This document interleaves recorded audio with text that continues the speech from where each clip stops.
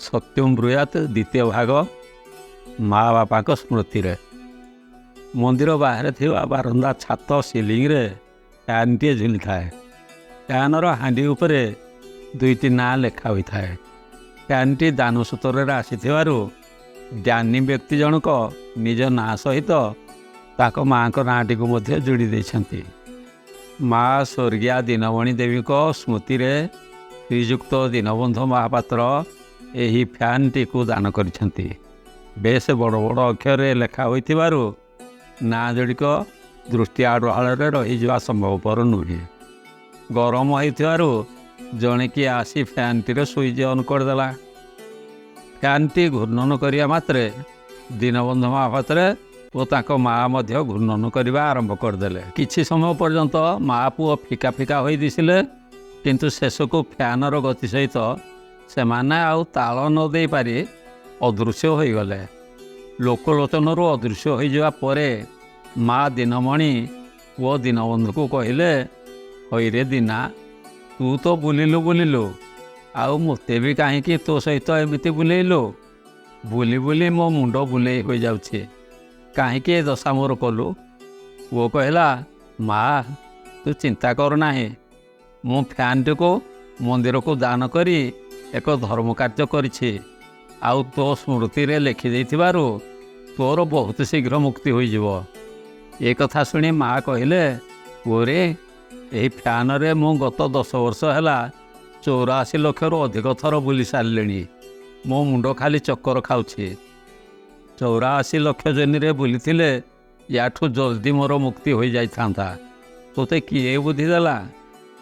ये तो गला मंदिर बाहर थिवा बारंदा फैनर कथा। एणिकी टिके मंदिर भीतर को जिबा। रोषे घरे चुली उपरे देखिबे गोटे बड़ डेक्ची थुआ होइछि। डेक्ची उपरे कला कला अक्षर दाता तांको नाटी लिखि दैछंती। तळु निया हुतु हुतु होई जळुछि।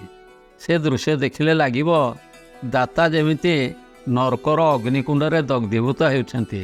कूओ पाखरे बाल्टीर सेई अवस्था। केते थर जे दाता बेकरे रसी बांधी कूओ चांदिनीर पथर माड़ खाई जलसाई हेलेनी तार हिसाब नाही। ढालतीर अवस्था तद्रूप। दातांको तंटी चेपा हो गलानी। प्राण बिकले से तले गड़ुछंती। दरीटा पारु पारु होई चिरीगलानी।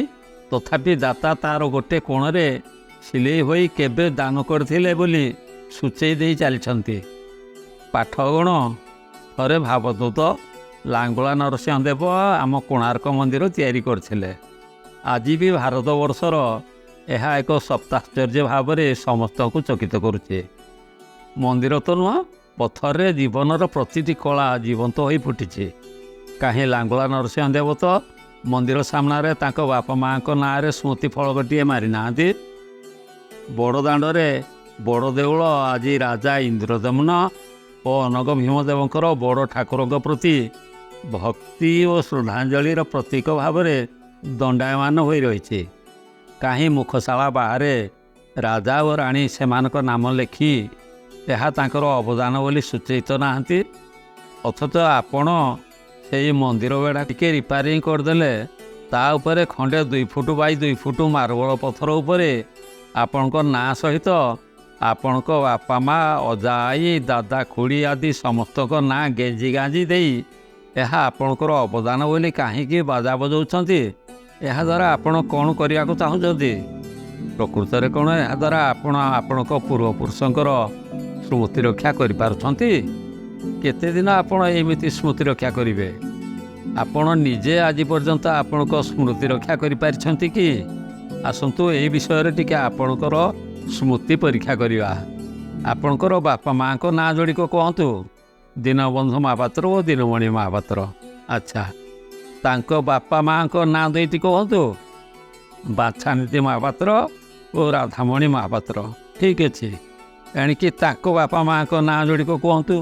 हेटी आपण थंगेले। अच्छा, एथर तांको बापा माँ को ना जोड़ी को कहले। वर्तमान आपण पूरा चुप बल बल होई ऊपर को अनेइछंती।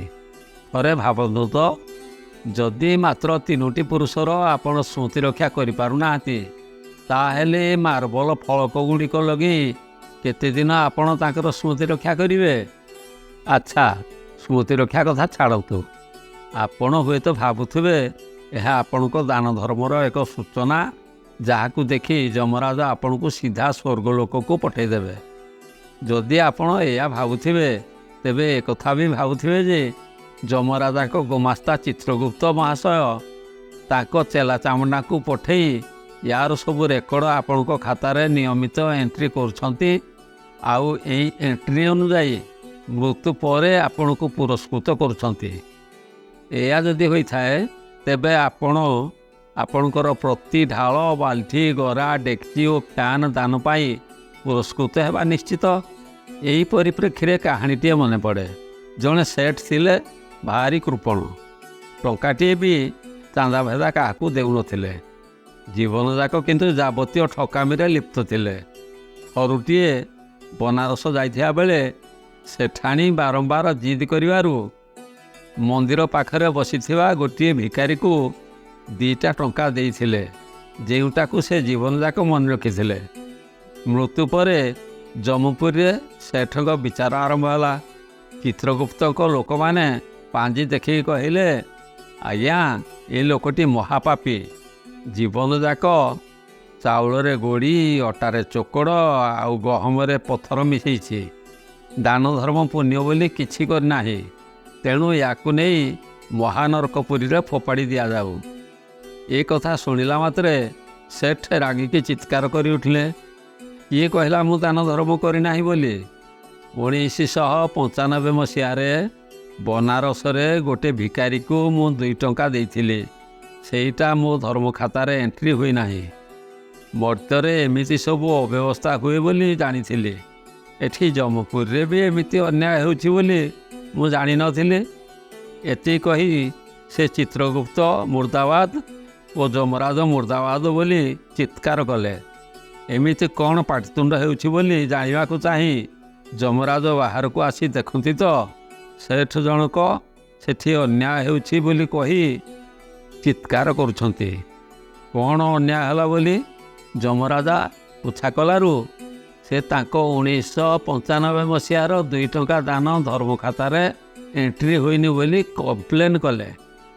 ଏ କଥା ଶୁଣିବା ପରେ ଯମରାଜ 1995ରୁ ଆଜି ଯାଏ 14 ବର୍ଷର 2 ଟଙ୍କା ଉପରେ 18% ସୁଧ ଓ ମୂଳ ମିଶାଇ 10ଟି ଟଙ୍କା ସେଠଙ୍କ ସାର୍ଟ ପକେଟରେ ଗେଞ୍ଜି ଦେଇ ପୁଣି ତାଙ୍କୁ ସେଇ ମହାନର୍କ କୁଣ୍ଡକୁ ଫୋପାଡ଼ି ଦେଲେ।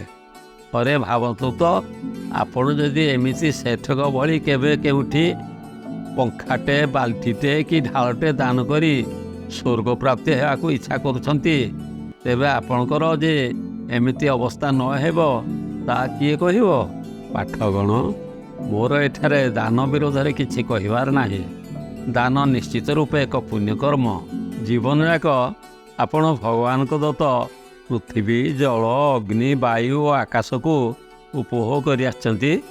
ଏମାନଙ୍କର ଋଣୀ ହୋଇ ଏ ସଂସାର ପରିତ୍ୟାଗ କରନ୍ତୁ ନାହିଁ। ଜୀବନରେ ଆପଣଙ୍କ ସକ୍ଷମତା ଅନୁଯାୟୀ ଏମାନଙ୍କର ଧାର ସୁଝିବାକୁ ଚେଷ୍ଟା କରନ୍ତୁ। ଏଇଟା ଆପଣଙ୍କ ଜୀବନର ଧର୍ମ। କିନ୍ତୁ ଏ ଧର୍ମ ପାଳନକୁ ବାଜା ବଜେଇ ଅଯଥାରେ ପ୍ରଚାର କରିବାର କୌଣସି ଆବଶ୍ୟକତା ନଥାଏ, ବରଂ ଏହାକୁ ଭୁଲିଯିବା ଶ୍ରେୟସ୍କର।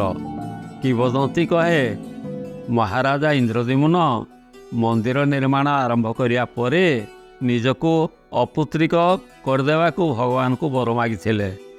ଏଇଭଳି ଏକ ନିଷ୍ଠୁର ବର ମାଗିବାର ଏକମାତ୍ର ଉଦ୍ଦେଶ୍ୟ ଥିଲା ଯେ ତାଙ୍କ ଅନ୍ତେ କେହି ଯେମିତି ଦାବି ନ କରନ୍ତି ଯେ ବଡ଼ ଦେଉଳ ହେଉଛି ତାଙ୍କ ବଂଶଧରଙ୍କର କୀର୍ତ୍ତି।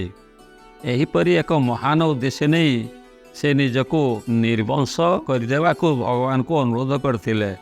ଅଥଚ ଆପଣ ସେହି ମନ୍ଦିର ଭିତରେ ମାର୍ବଲ 2 ଖଣ୍ଡ ପକାଇ ଯୁଗ ଯୁଗକୁ ଏହା ଆପଣଙ୍କ ଅବଦାନ ବୋଲି ଲେଖିଦେଇ ଯିବାକୁ ଚାହୁଁଛନ୍ତି। ୟାଠୁ ଆଉ ଆଶ୍ଚର୍ଯ୍ୟ କ'ଣ ଥାଇପାରେ? ସମାପ୍ତ।